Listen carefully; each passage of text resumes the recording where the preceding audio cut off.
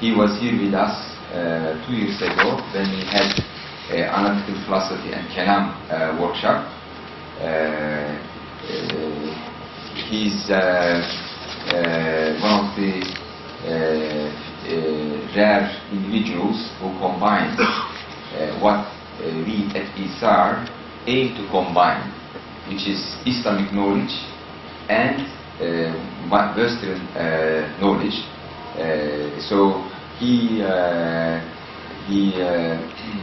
had this education through his efforts, but at İSAR we are trying to institutionalize it so that we can educate people who are grounded both in traditional Islamic disciplines as well as in modern disciplines.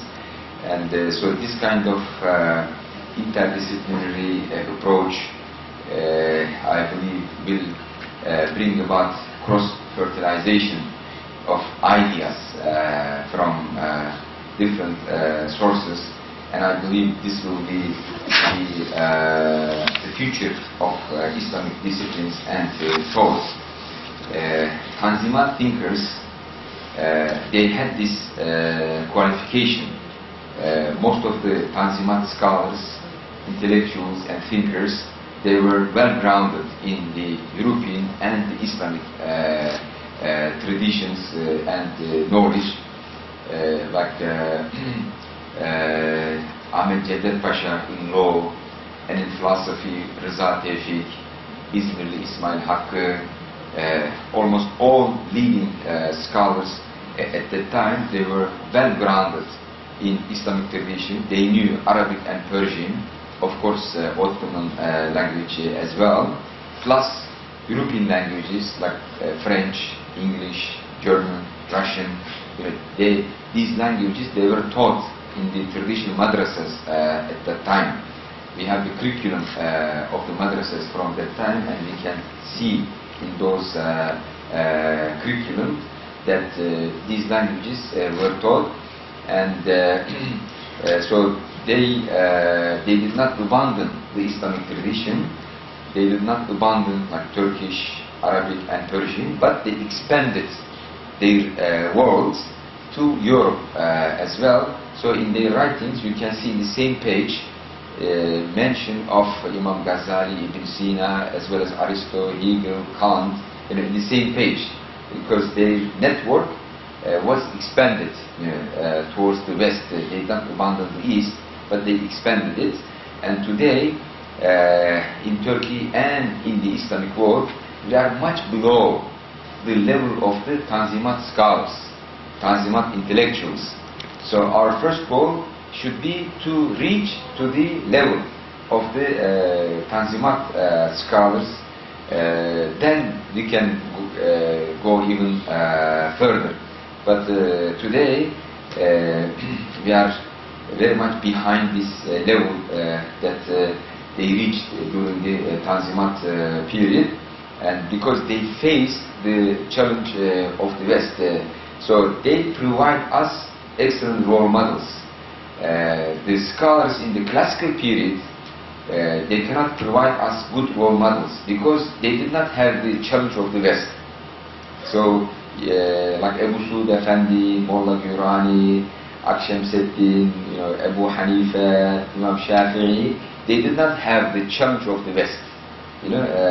Because Islamic civilization was so strong, there was no rival, no competitor for the Islamic civilization. But the Tanzimat scholars, they recognize that they have a rival and they have to face this challenge, and that's why they studied Western philosophy, science, and all disciplines. And sociology as a discipline was taught for the first time at the Çarşamba Medresesi.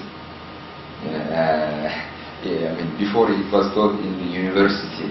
The madrasa scholars, they were so open-minded to what's going on in the world. Anyway,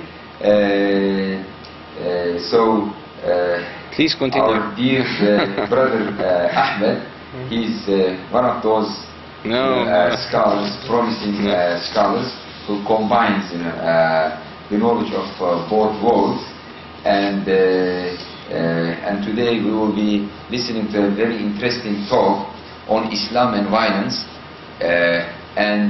Usually this topic is dealt by the experts of terror, because Islam is turned into a security issue. I had one student, I advised him to do a PhD on securitization of Islam. Yes. How Islam turned into a security issue. So today in the media, when they talk about Islam, they invite a terror expert. They don't invite a philosopher, they don't invite a historian of religion, they don't invite a Muslim scholar, they invite a terror expert to talk about Islam. But today, Dr. Ahmed, he will explore the issue from a very different angle, which is a philosophical angle. He will talk about it from the perspective of encountering the crisis of Western metaphysics. So it's a very different approach to this issue. It is not like a journalistic approach, but a deeper understanding of the issue. I am very pleased by having him here, and I wish that his relationship with İSAR will continue in the future as well. I would like to see him teaching at İSAR and interacting with our brothers who are studying philosophy. We have a shortage of people who are specialized in philosophy and kalam, right? So if he can establish a continuous relationship with Dr. Ahmed, inshallah, it will be very good for the institution as well as for our students. And I thank him for coming over and spending his time with us, because he's here for a few days. And inshallah tomorrow he will leave, and the floor is yours. Thank you. Thank you so much. Thank you all for coming.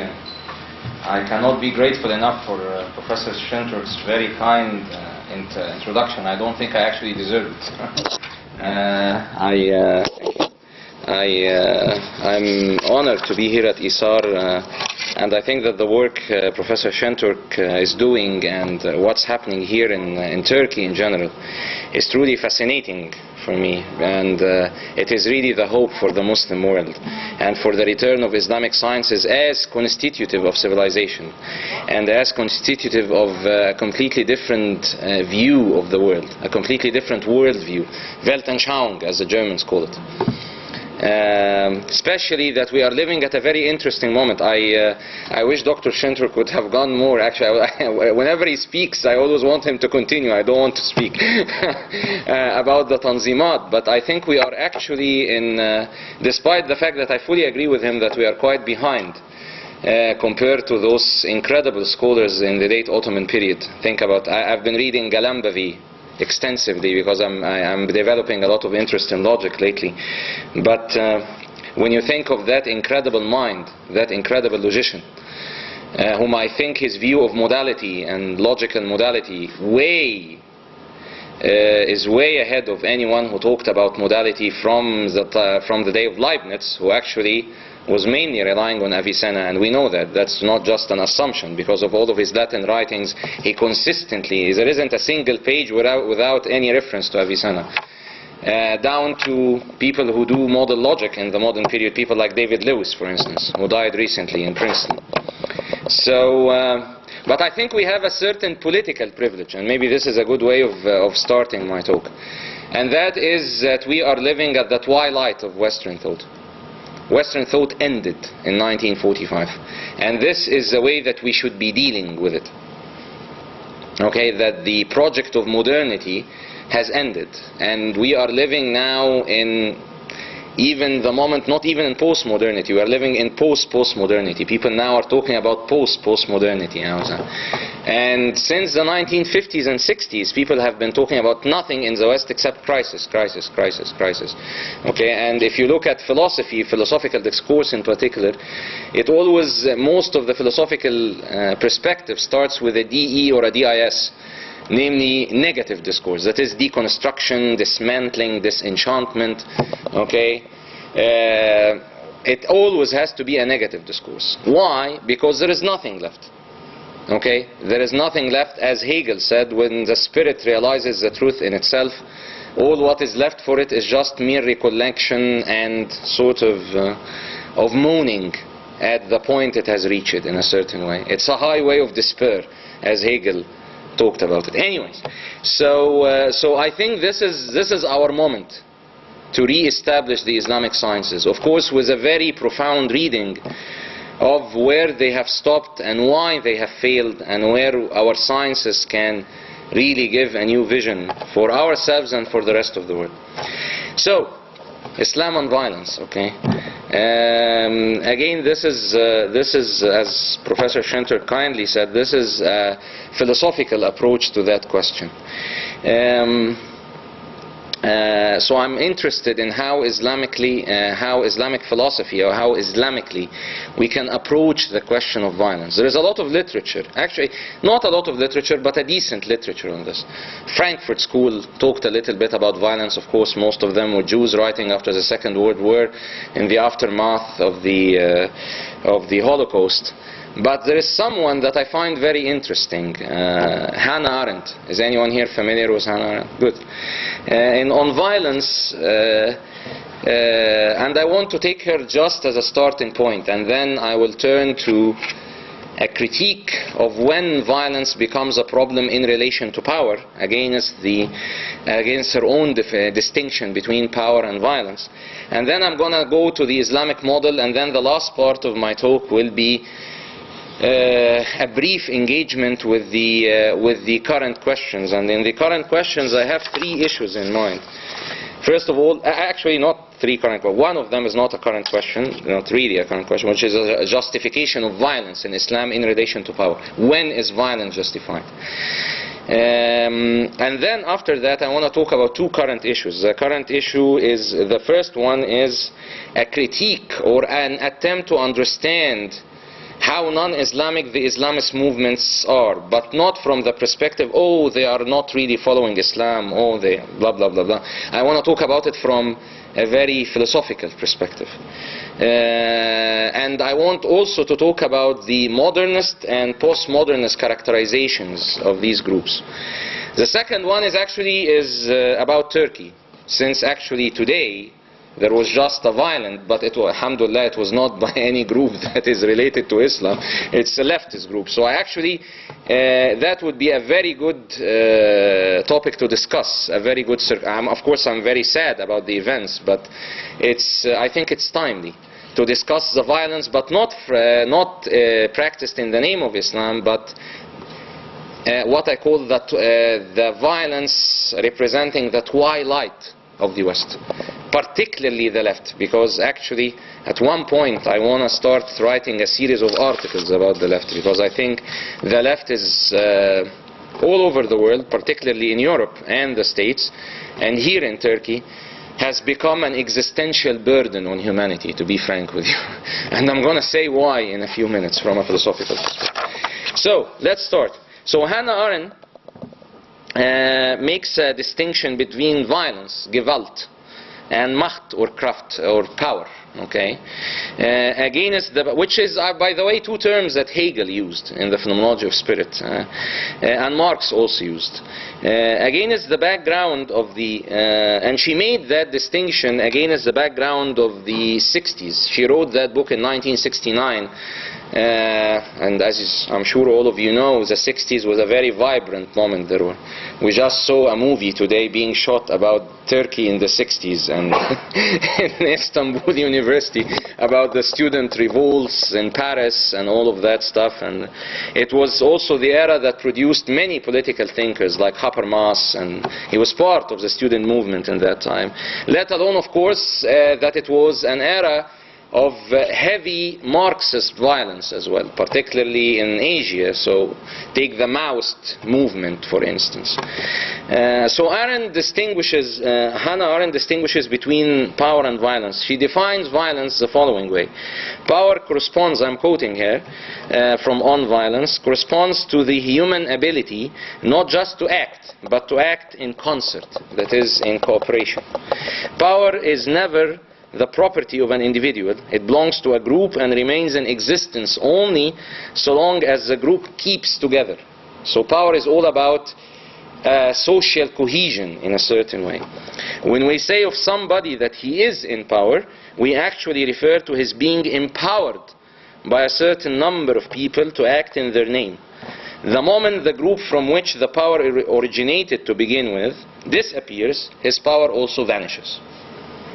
So this is how she defines power. Now, how does she define violence? Violence, finally, as I have, violence is phenomenologically, she says, of an instrumental character. It is close to strength, okay? Since the implements of violence, like all other tools, are designed and used for the purpose of multiplying natural strengths. Okay, so violence is more of an individual moment, okay? It's asserting, it's instrumental, first of all, that is, it's always an end to a mean, so it can only be understood as an end to a mean.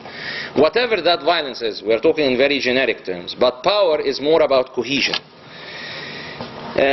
So violence is always an instrument, and it's an instrument that though can sometimes be assumed to be the condition of the possibility of power, because many people, especially if you know Foucauldians, okay, Foucauldians always have that sometimes confusion between power and violence, okay, that in order to have power you have to have the capacity for the use of violence, in other words.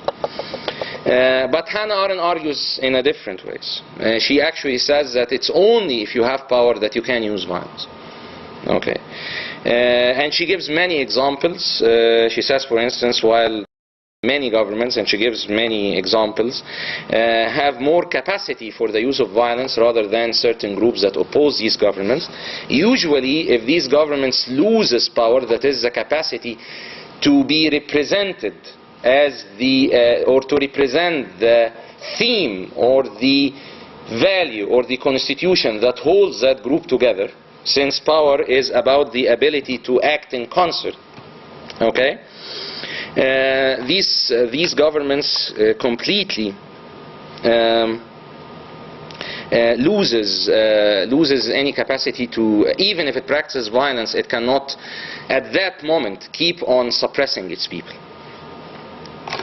Hence, Hannah Arendt poses a question, and this will be the starting point of my argument. How come that if that is the case, and violence always assumes power, in the 20th century, violence becomes so prevalent, okay? So much the means of doing of achieving political goals, whether on the level of international relations or on domestic level. And she even makes a very interesting contrast between an existential Marxist, namely Jean-Paul Sartre, and Marx. Okay? For Marx, violence was not, and I mean there was violence in history, or maybe there was dialectic in history, but it was not that violence itself as an instrument was seen by Marx as a way for change, as a way for ending class struggles. Okay? And this is why he was an evolutionist rather than a revolutionist, unlike Lenin, for instance. Okay? So against that background of the distinction between power and violence, I would like to explore the relationship between power and metaphysics. And here is the beginning of my talk. As Arendt's definition of power implies that power requires gathering, that is bringing together, okay, holding together. To put it in Plato's terms, sameness. The history of metaphysics starts by reflecting on sameness. If you look at the Republic, for instance, to talk from a political perspective, Plato wants a philosopher king because the philosopher is the one who is capable of seeing sameness. What does he mean by sameness? He means being able to abstract from the particular material differences in the world and abstract and think about the world of forms. In other words, to make things easier, I'll give a stupid example. Here is a chair and here is a chair. They are different. Unless you are capable of abstracting from these and seeing the same in them, that is the concept of the chair, you will not be able to produce knowledge, because knowledge is based on generalizations. Okay? So understanding the form, the energia, okay, is really understanding the essence of things. This is why Aristotle following in the footsteps of Plato, says that in the first book of the Metaphysics, as we know it in our tradition, Kitab al-Huruf, okay, in the Islamic tradition, in Maqal al-Alif al-Sughra, the first article of metaphysics, that the real object of reason and knowledge is the study of universals, al-kulliyat, as Muslims defined it, or thought about it. So sameness as the highest point of metaphysics, or as representing the subject matter, the study of the forms, okay, is that as a subject matter of the highest philosophy, which is metaphysics, or prima philosophia, proto-philosophia, first philosophy, gives us a way of understanding, or a tool for understanding what holds together. And there is a very good reason for understanding violence in terms of the problem of metaphysics. Power. I'm sorry about that. Power in terms of the problem of metaphysics. Why? Because unless you have a principle, a constitution that gathers together, that defines, in other words, to make it simple, a form that holds together, despite what that form is. Because Plato gives us 5 constitutions, correct? You have the form of the ideal city, which is the aristocracy of those who know, led by the philosopher king, followed by the democracy, and then the oligarchy, and then the democracy, and then the worst of all is tyranny. Okay? Any one of these is a form of sameness. It's an abstraction from different attitudes in society. Okay? And it represents a particular constitution. The question is, following again to keep things in perspective, when does that principle of power, that is the constitution of a society, degenerate into becoming an instrument, and hence leading to violence? That is, it's no longer holding together, rather it becomes a means to an end. Okay? And I would like to argue, but before I do this, there is actually a very interesting, speaking of the left, since I'm going to get back to them in the end of the talk. Max Horkheimer, if you are familiar with him, one of the main figures of the Frankfurt School, towards the end of his life, something that really made Habermas extremely upset with him. He said that, against his life argument for historical materialism, okay, he wrote a very interesting essay. It has a very lengthy title in German. I'm not going to bother you with it, but in English it reads as follows. It says, on the impossibility of driving any universal social framework without the idea of God. So the great leftist atheist, toward the end of his life, suddenly realizes that materiality cannot be, is essentially turning to Plato, to the moment of sameness, in order to have power, which is not bad, in order to have power understood in the Arendt sense, that is something that holds together, okay, something that empowers, allows us to empower someone in order to lead the society. You need to have a universal concept. But of course, in Horkheimer couldn't go back to religion. It was impossible for the great Horkheimer to go back to religion. So the only one he could think of course, in the Western tradition was Kant. And this is what Habermas tried to save his great teacher from, and he wrote Between Naturalism and Religion to try to get the idea of God as just a postulate. We are going to just postulate. Don't worry, you are not going to believe in him. It's just going to be a postulate. Okay? And use that as a basis for his later writings, which actually started writing from 2000 up to now, after he published Religion in the Public Sphere, and he himself realized that there is need of incorporating religion, and what he quotes from John Rawls as the comprehensive doctrines.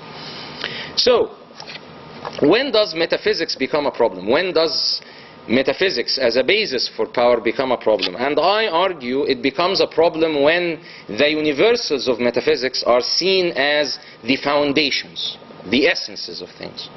And hence they have to be imposed on the particularities. What do I mean by particularities?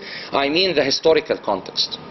Okay? In order to illustrate this point, I'll move to the first part of my paper, and I'm going to give 2 examples. Actually, there are 3, but the last 2 are very related to each other. The first one is from medieval Christianity, which I think is the ultimate manifestation of Platonism.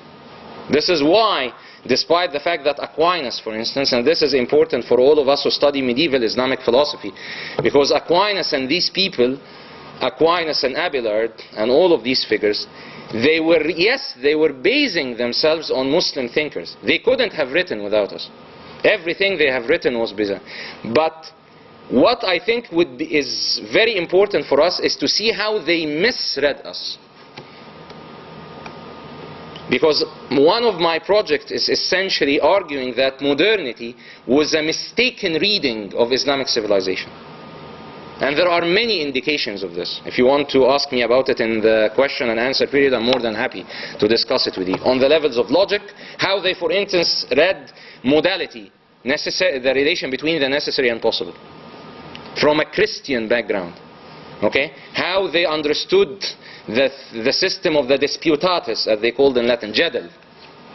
Okay? And so on and so forth. But anyways, so let's go to Aquinas. One of the most interesting pieces of the Summa Theologica of Aquinas is questions 91 to 97. This is where he talks about law. Okay, and this is where we can compare him to our fuqaha. Okay, and he talks about 4 levels of law. And the 4 levels are in a certain way echoing the moments of incarnation of Christ. You start with the eternal law, which is the rational order of the universe in the mind of God. Nobody can get to the eternal law. It's absolutely impossible. Okay? And then you get to the natural law. That's a simpler version. Okay? It's the law of the world as we know it. And you can naturalistically get to it by engaging with the active intellect. Okay? And the natural law is only open for those who have enough spiritual and intellectual training, which in his mind really meant the church fathers. Okay? And then after that, you have the 2 levels of law. You have the divine law, which is the Bible essentially, as interpreted by the institution of the church. And you have complementing it, okay? Hence they used to call it the king's 2 bodies. You know this term? You know, when the famous revolution happened in England in 1642 and they killed Charles II, they said we killed his sacred body but not his divine body, because the king was divine. And actually up till now, as far as I know, when they unwound the queen, and of course it doesn't mean anything now practically, but it's still, that stuff is still in place. Anyways, so you get the human law, which is the law of the king, which complements the divine law to get the closest, or the incarnation of the closest picture possible of the natural law. So you see there are levels of the descent of the universal into the particular. What do I mean by the particular? The particularities, the historical relativities, the social contexts, all of these elements. So if you actually look at that moment, you will see at that system, you will see 2 things. First of all, there is an intention very clear in the mind of Aquinas of having the sacred universal overrule the profane. So he starts the Summa Theologica by saying, is there a sacred and is there a profane? Yes. Who should rule the other? The sacred. So it's what I call the boom relation. The sacred forces itself on the profane. Metaphysics is the foundation of the truth, and it doesn't care about history or context or people realities. It just has to be applied in a forceful manner. And all of these levels of law are completely, okay, of a sacred nature. They are divine. Somebody might say, okay, what about the king's laws? Don't they change? Yes, but they have a divine nature in them. In other words, they shape reality rather than respond to reality. That is something that is very important to bear in mind.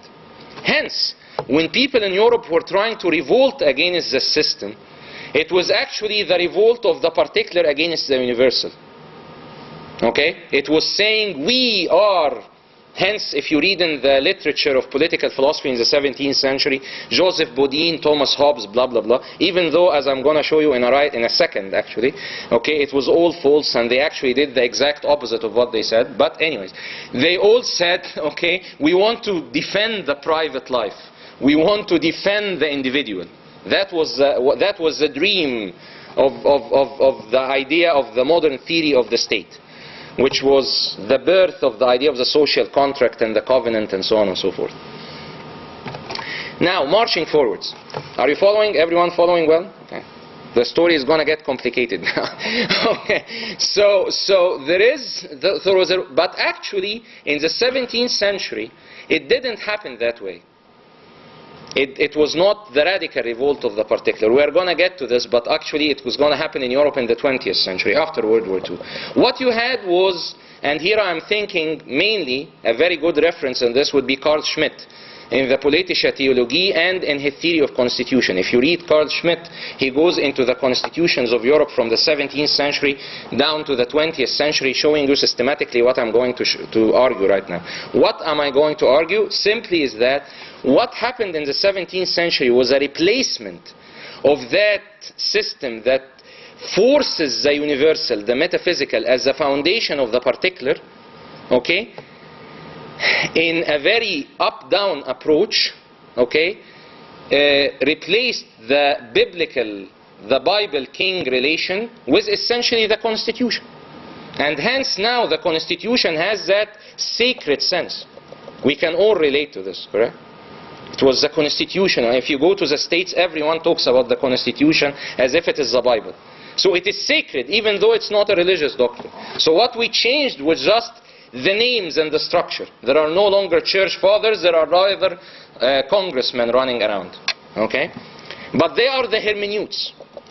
The problem, of course, is that the people, when they thought about the social contract, which is the basis of the Constitution, Spinoza, for instance, let's take Spinoza. Spinoza is a very good example, and I really encourage you all to read it, because if you really want to understand the crisis of the theory of the modern, the Western theory of the social contract, Spinoza is the man.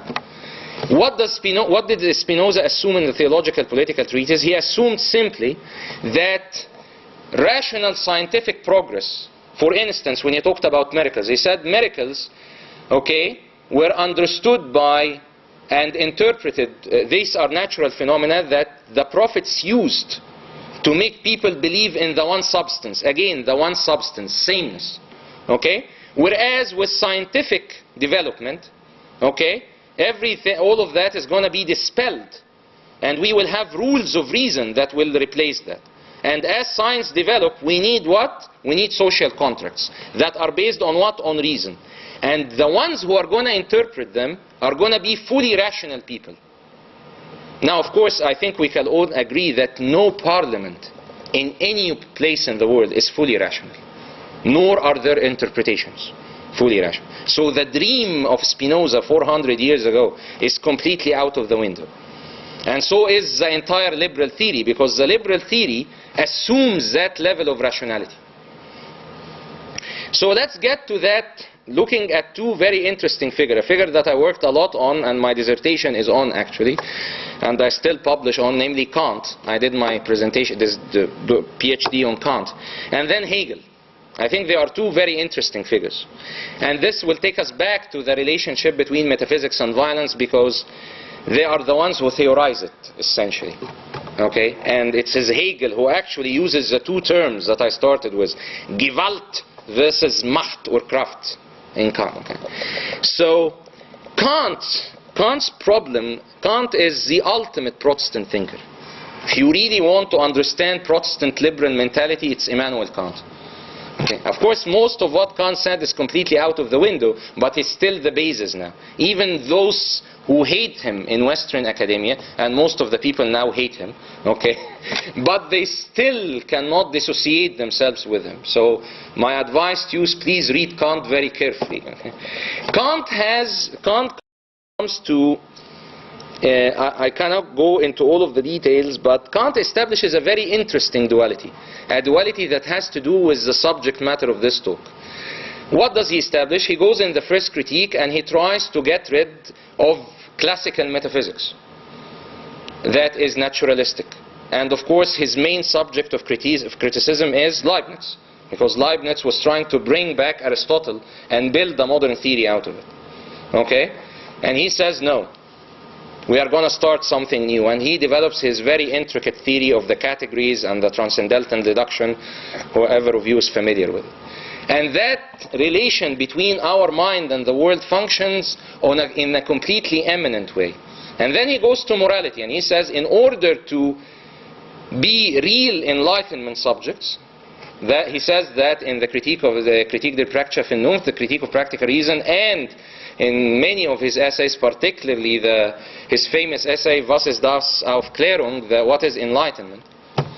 He says that in order for us to be real humans and to be real worthy of calling ourselves enlightened subjects, we have to realize that our freedom comes from being able to transcend all of these physical laws that I talked about in the first critique. And that our morality is something that happens on the level of universals, using the ideas of God, world, and the self, and that are logically proven irrespective of whichever context you are in. So for instance, to give you a concrete example, which he gives, a promise is binding. I promised you to be here at 6:30. If somebody tells me I'm going to give you 10,000 Turkish liras in order not to come, I should come. Even if, according to Kant, I fell from the vapor on my way, crossing on my way to Uskudar, I still have to swim and fulfill my promise. Why? Because that is what makes me a free. Okay? This is the essence of my freedom, to be above the physical world. Okay? And then, as he was ending his philosophical life, he realizes that he did a horrible crisis. That the human beings are going to be essentially like schizophrenic. Whenever I do an action, let's stick with the example that I just gave you. So I fulfilled my promise to you, correct? My action to you, okay, doesn't have to be understood in terms of the universal perspective. Is everyone following me? You can, for instance, assume that I fulfilled my promise and came back, thank you, and came on time, okay, because I am afraid of Dr. Shinter being angry with me, and I value his ustad, he is my mentor, and friendship very much. Or that I am worried about any other thing, that my reputation will go bad or something like that. Why is that the case? Because my fulfillment of the promise is something that physically happens, correct? You physically see me in front of you. So it becomes a physical phenomena, just like, for instance, a ball or an apple falling from a tree on the head of Isaac Newton. Okay? So you can understand it as a physical phenomenon. So what Kant realized, and he realized the problem and he could never solve it. He tried to solve it in the third critique, but he failed, miserably actually. Is that there is no relation between the universal and the particular. That is, the particular action and the universal law that is its foundation. So, his immediate German students, I'm sure all of you know them, the famous Deutsche Idealismus, okay, the German idealism, starting from Reinhold, whom I think actually is the most intelligent one of them, but unfortunately he didn't get famous at all. Karl Reinhold. He was the immediate student of Kant, and unfortunately he didn't. But he wrote the book that was the basis of all the German idealism, which is the Beitrag zur Elementarphilosophie, which is contribution to the elements of philosophy, or the elements of consciousness. And there he brought a fearful vision of the world. It's really scary.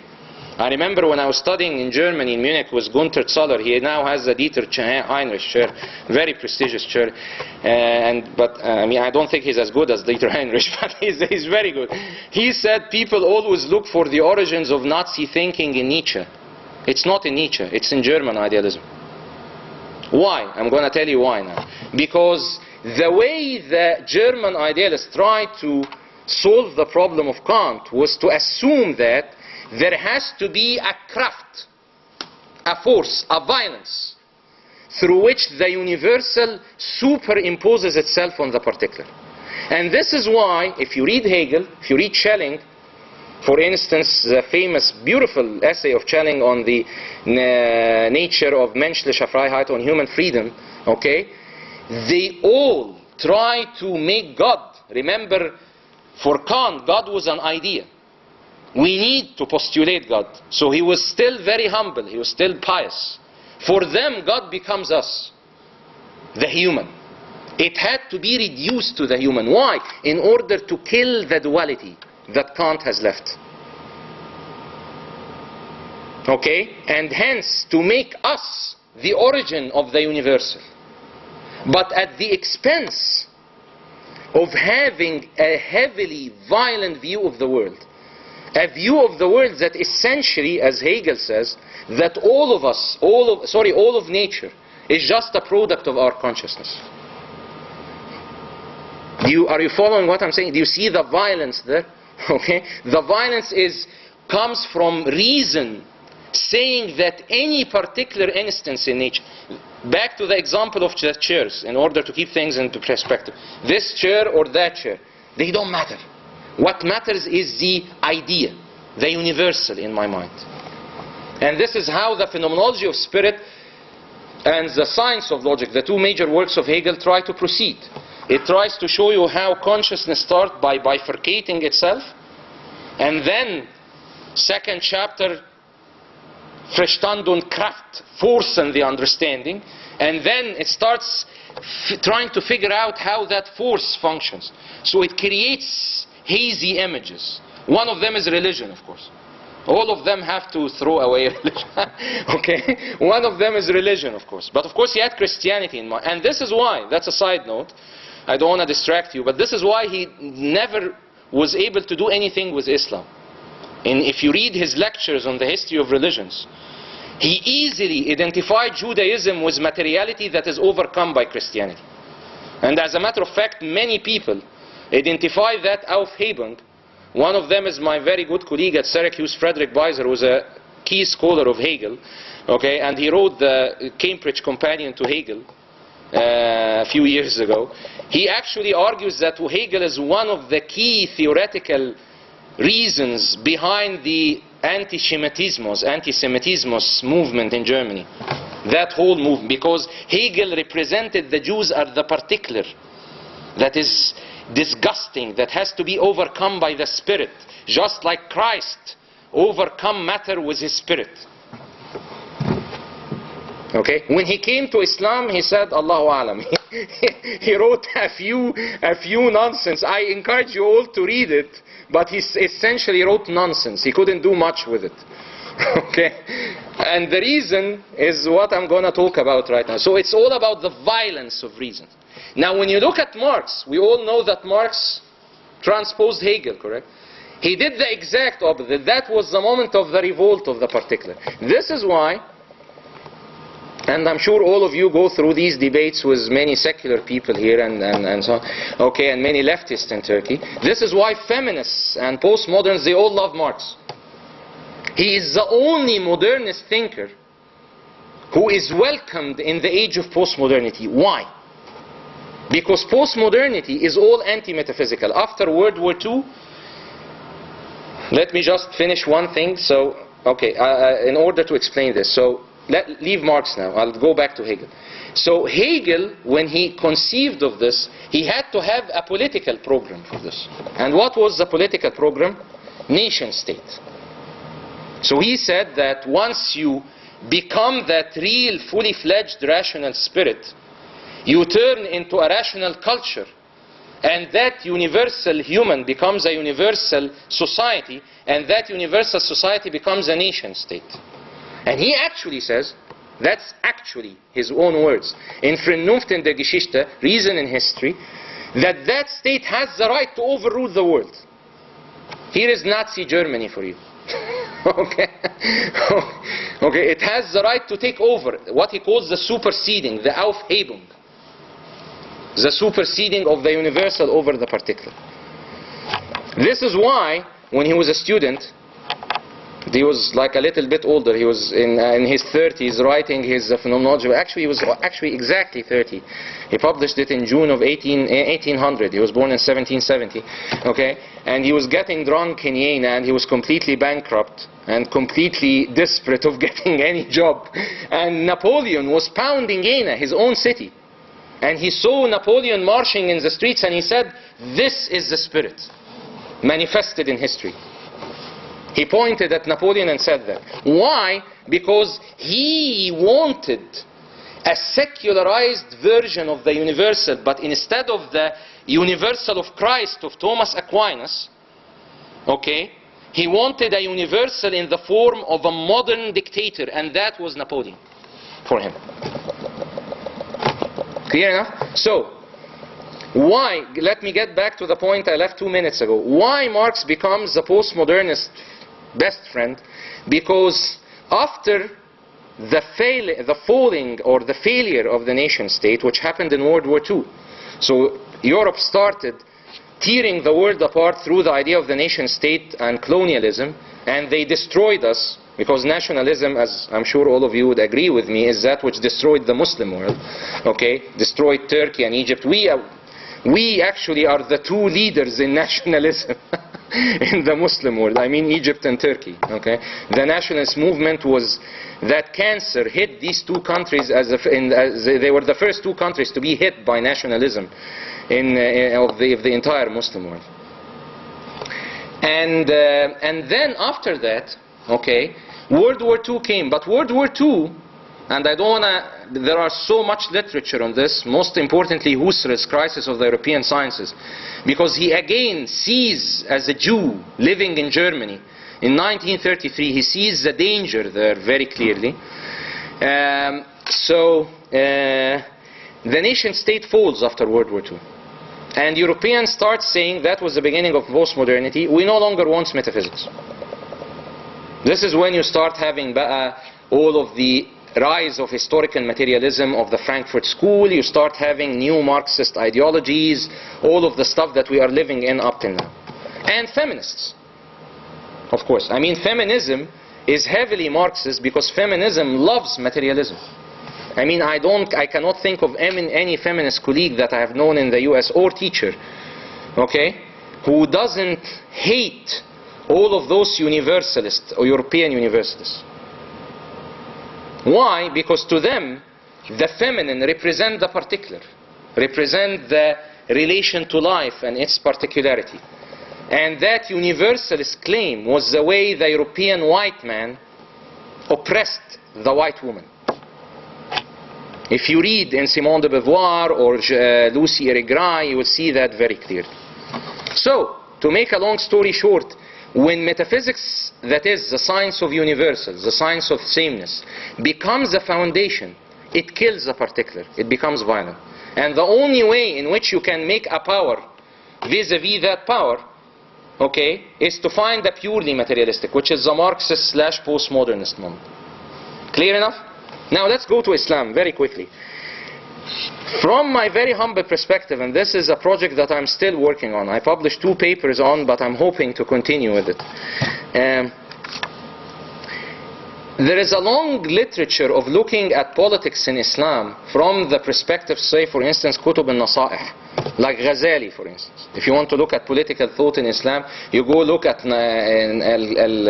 التبر المسبوق بنصائح الملوك or Mawardi's Al-Ahkam al-Sultaniyya or any of these books. That's very interesting. But I think actually the depth of political thought in Islam, especially if we take Hannah Arendt in perspective, that politics is about power, and power is that which holds together. And that which holds together, as I'm proposing, is metaphysics. Is in the kalam and usul al-fiqh and falsafa.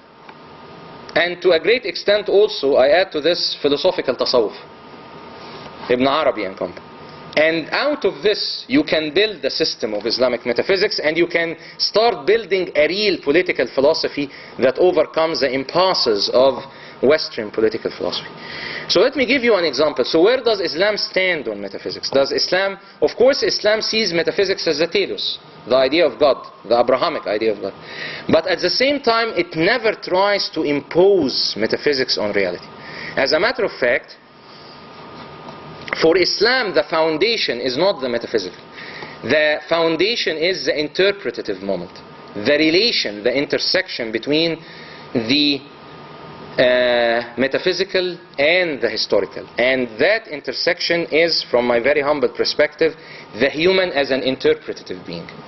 And to me, that is very clear from the very first verse that was revealed to the Prophet when Gabriel asked him to do Iqra, read. When he asked him to read, I don't think he was asking him to read a paper like I'm reading, right? Because the Prophet was illiterate, and I'm sure Gabriel was fully aware of this fact.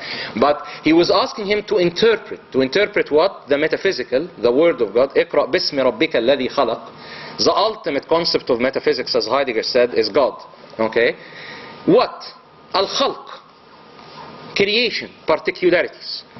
And this is what makes Islam, and particularly Sunni Islam, okay, heavily, from my very humble perspective, different from any constitutionalist view of a modern state. Because the constitutionalist view is heavily, as I said, is in essence a secularized version of the old Christian moment. Okay? So, to give an example of this, from a very interesting point in Sunni Kalam that I'm sure all of you know way better than me as scholars of Kalam. Let's look, for instance, at Ash'aris and also Maturidis fight with the Mu'tazilites. Why did they fight with the Mu'tazilites? I mean, we can always get lost in the details, but let's take, for instance, their discussion of Sifat al-Ma'ani versus the Sifat al-Ma'nawiyya. Okay? The Mu'tazilit wanted the Sifat al-Ma'nawiyya, correct? They wanted God to be alim, but they didn't want ilm. Okay? In essence, these Sifat al-Ma'nawiyya are proven in my mind. Whatever reason can allow is whatever I'm going to take. And they wanted this to be the basis, because if you read, for instance, in Mu'tamad, in Usul al-Fiqh, they wanted this to be the basis of legal thinking as well. Okay? So, in essentially, nothing again, I have all the respect for the Mu'tazilis. By the way, I'm not trying to, and I think they have a lot of fadl on the development of Islamic sciences, but the problem that the Sunni tradition, as it crystallized over the ages, and here as well in the Ottoman period and so on, had with the Mu'tazilit is that it was building a closed metaphysical system that pushes away particularities. Okay? And this is why, if you look at the way Imam Abu al-Hasan and later many of his students dealt with that, he would say, yes, I agree with you. From a rational perspective, you cannot say that as-sifa za'ida, that the attribute is za'ida, is added on the essence, on the that of God. But at the same time, we cannot deny that God, any human being, if you ask anyone, that carpenter who made that beautiful podium had knowledge of carpentry, of course he had knowledge. So it makes sense that we have to accept that. In other words, what I'm getting at is that the Sunni perspective, on a very deep epistemological perspective, was always concerned with how the metaphysical speaks with the reality. Okay? So even on the level of foundation, that is on the level of aqidah, it was interested in this. That was even furthered and given a very deep philosophical grounding through the mantiq al-imkan. By the way, I was just reading Kalambavi. I've been reading Kalambavi Mantiq al-Imkan for the last 3 months, so I'm fascinated, by the way. If you look actually at Mantiq al-Imkan, the idea of the necessary versus the possible. I was in a conference on classical philosophy a year ago, and I met Charles Kahn. Anyone here familiar with Charles Kahn? He's one of the biggest classicists. He's a named chair in University of Pennsylvania. He's the one who published Heraclitus. He's very old now. He's in his 80s. And he showed me an essay that he wrote in the 50s. I actually encourage all of you to read it. I'm more than happy to send it to Professor Shinturk, and then he can publish. And that essay is fascinating. He says, something happened in the history of philosophy that no one has talked about before. For the Greeks, there was not a possibility for Plato and Aristotle. Even Aristotle, when he talks about potentiality and actuality, because sometimes we confuse them. The idea of necessary versus possible was impossible. Why? Because there was being. This bottle, for instance. According to Plato, you use dialectic to understand the nature of this being.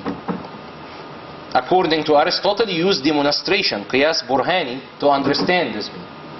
But the idea of not being concerned about the being that's actually there, but rather to be concerned about the essence, and whether or not that essence, very deeply, that thing in its essence, okay, is possible or necessary, and hence to make a distinction between God and the world, and to build on this an entire system of logic and epistemology, that, okay, was not possible in the Greek. So he says in that essay, I can only think that the only, of course he's a guy, he doesn't know our tradition, that the only people who did that in the history of philosophy are the Muslims. And I leave it for Muslim philosophers to verify what I said.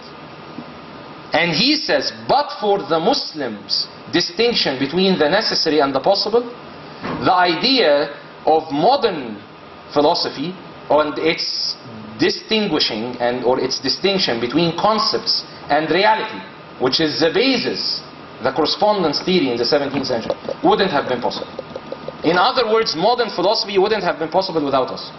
That was but he says, I don't read Arabic, I don't know anything about this, I am just a scholar of Greek philosophy. Okay?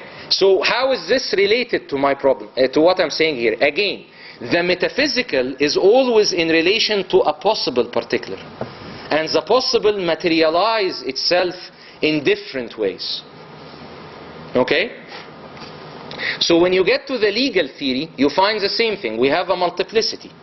If you are a rationalist, okay, you would go to the rational school, probably the Hanafi school. If you are a traditionalist, you will go to the Hanbali. If you want a combination of both, you will go to the Maliki and Shafi'i. Not that any of them, not that the traditionalists, I mean the Hanbalis were not anti-rational. They were, read Ibn Aqid, for instance, he's a brilliant logician here.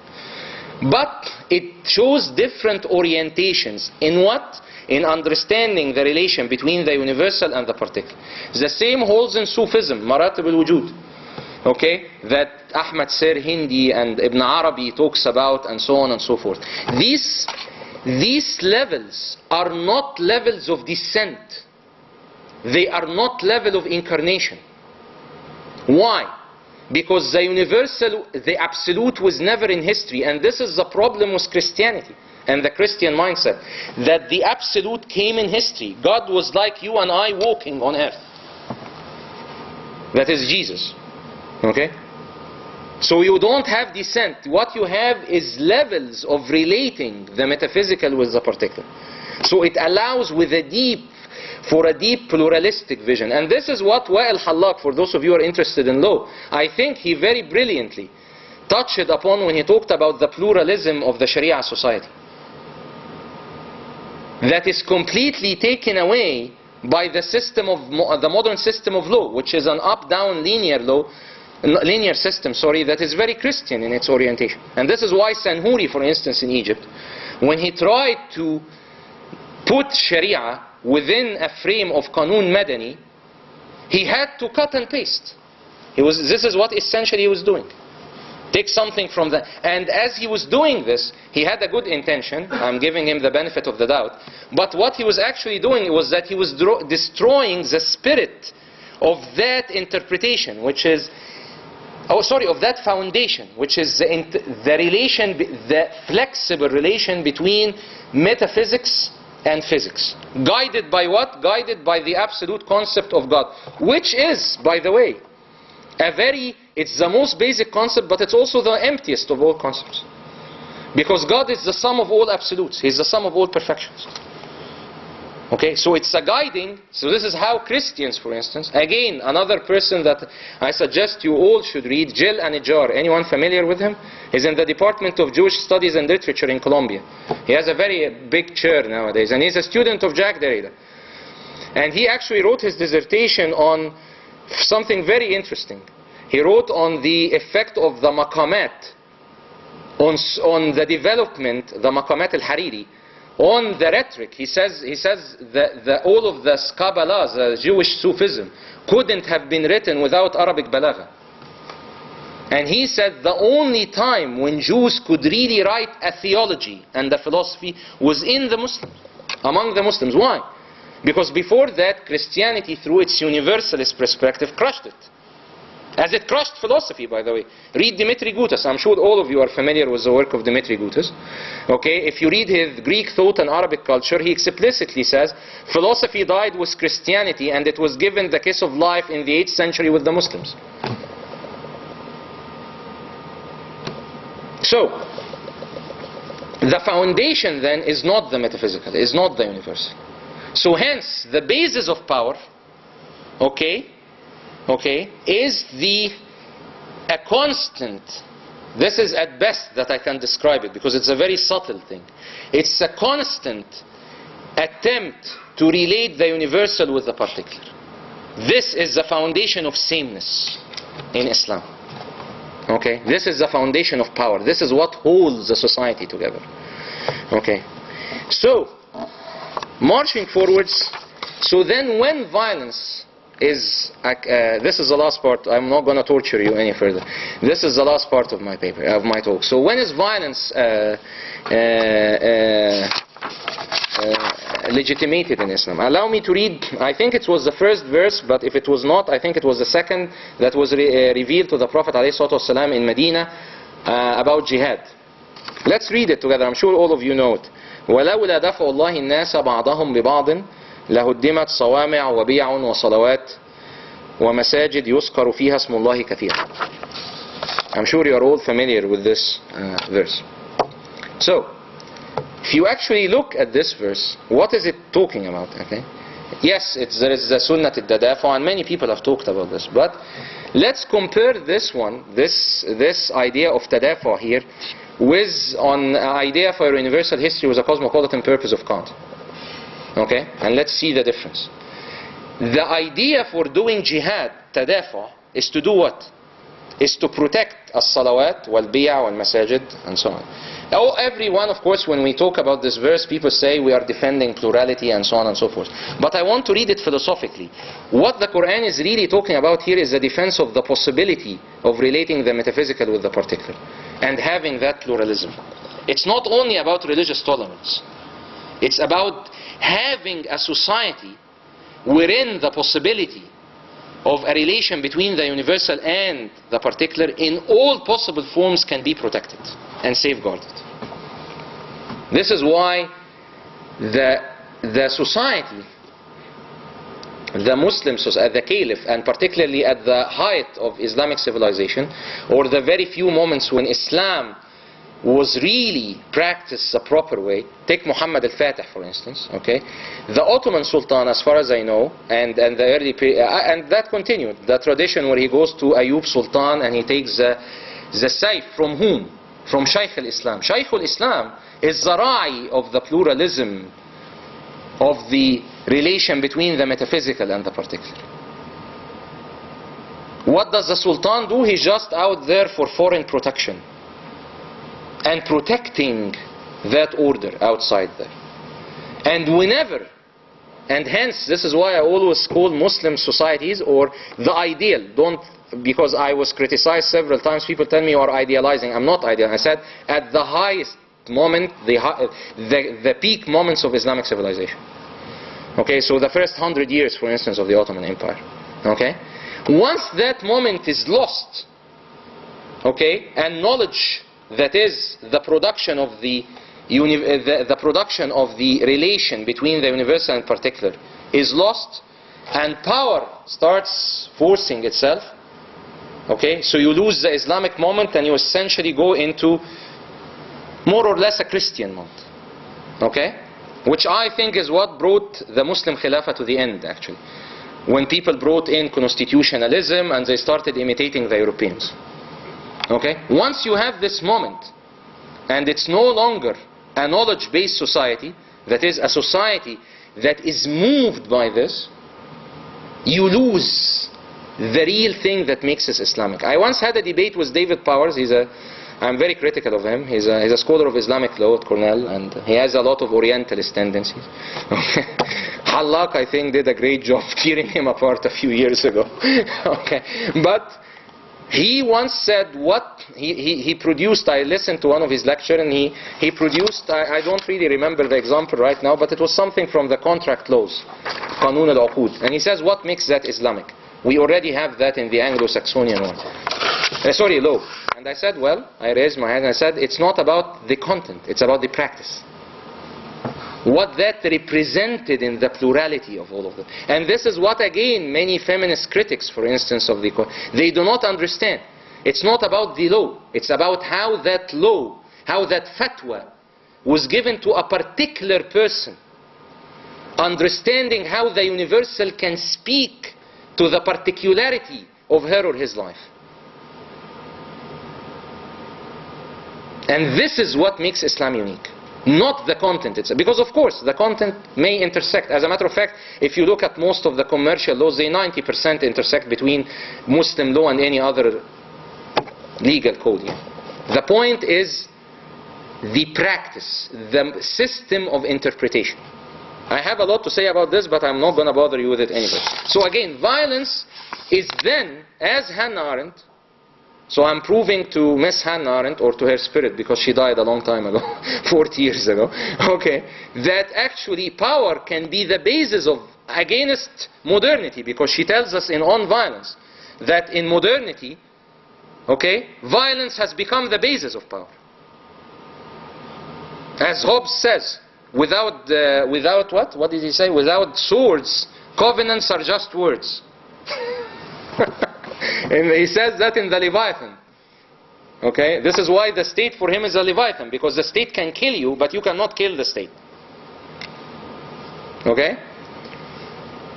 So, what about the current Islamist the current Islamist movement? To me, they are both children of modernity and post-modernity, and I think I have a very interesting contrast here. The contrast between Al-Qaeda and ISIS, for instance. If ISIS is an Islamist group in the first place, I'm actually completely skeptic about what that whole group and who's funding them. But that's another story.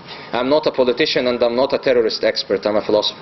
But if you actually look at has anyone read their Dabiq, their Majalla?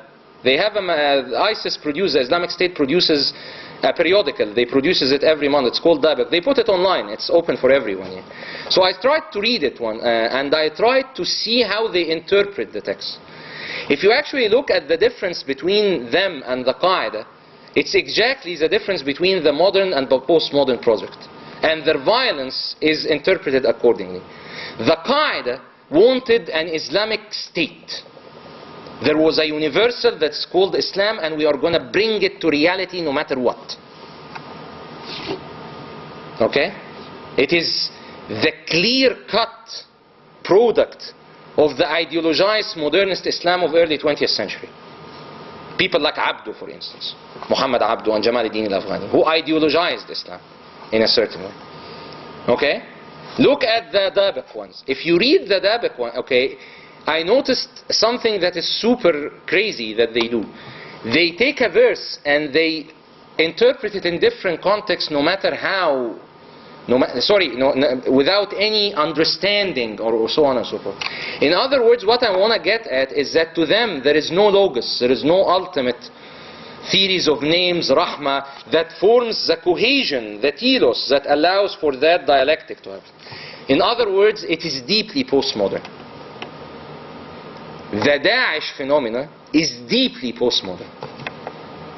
I'm gonna do whatever because there is no universals that I'm trying to establish. And to me, this is the core of the interpretative difference. I know I'm going over it very quickly, but I'm more than happy to discuss details later. Okay? Now we come to what's happening nowadays. And this is what I want to end my talk with. I think that as the Islamic project is, what happened here in Turkey, and again I'm a big fan of because I think really Turkey is the hope for the Muslim world. One way, I'm not saying that because I'm here in Turkey and I'm speaking to Turkish people. I think so really. Okay, but especially coming from Egypt and all of the horrible things that happened in my country in the last few years. But anyways, so what is happening here is just the first step towards restoring back that system. Once that system is fully restored, from my very humble perspective, it will be a political revolution. Why? Because the whole idea of the state is going to be done away with, and we will restore the concept of the ummah. Because there is no way you can have that notion of power and notion of society within the nation-state framework. Now, the last thing I want to say is why the left is attacking that model now. Okay? Because I think, and if you read Zizek and Noam Chomsky, Okay, in their attack of the, did you follow their attacks on the Turkish government in the last few months? Okay, to me, they understand very well two things. What they say, I'm going to put it in summary, and then if you want the details, I can talk about this. First of all, they understand the failure of their project. That there is no way you can have a materialistic view of the world. In other words, they know very well that Horkheimer was right in the 60s when he says on the failure of any attempt, that long title that I read for you. Okay? They understand very well that the leftist project is bankrupt intellectually and ideologically. Now, the interesting thing, and this is why I'm saying that the left has become an existential burden on humanity, okay, is that if you go to any university in the US where I teach, all of the cool guys are the leftist guys, you know, they always dress in black suits and, okay, and like we are the ones against oppression and so on and so forth. Whereas all of the leftist organizations who are mostly dominating the what they call the civil society scene in most of the developing countries, so in Egypt for instance, they are all getting funds from Ford Foundation, which is cannot square up till now. Like you are getting capitalistic money to bring justice to the world. I don't know how that can happen, but they do it anyways. But they claim to be the ones that are open. I'm very happy that clash. Of course, I'm very sad about all of the people who get killed. But that clash, from my humble perspective, is a historical inevitability. Because why? Because it will take away and forever that nice face of the left. That we are the ones who defend the Palestinian rights, we are the one for equal rights, blah, blah, blah, blah. Because deep down, the left cannot take metaphysics. Because its starting point is the violence of the materialistic particular against the universal. And since it got defeated in terms of the, in front of the universal particular of the liberal modernist project, with the fall of the Soviet Union, okay, the only way in which it can assert itself, okay, is to attack the remaining, the metaphysics of Islam. Why? Because the liberal rational metaphysics, at least, it's a rational universal metaphysics. And in that sense, it is secular. In other words, to make it very easy, we are more than happy to take Hegel, but not Ghazali. I'll finish it here. Thank you.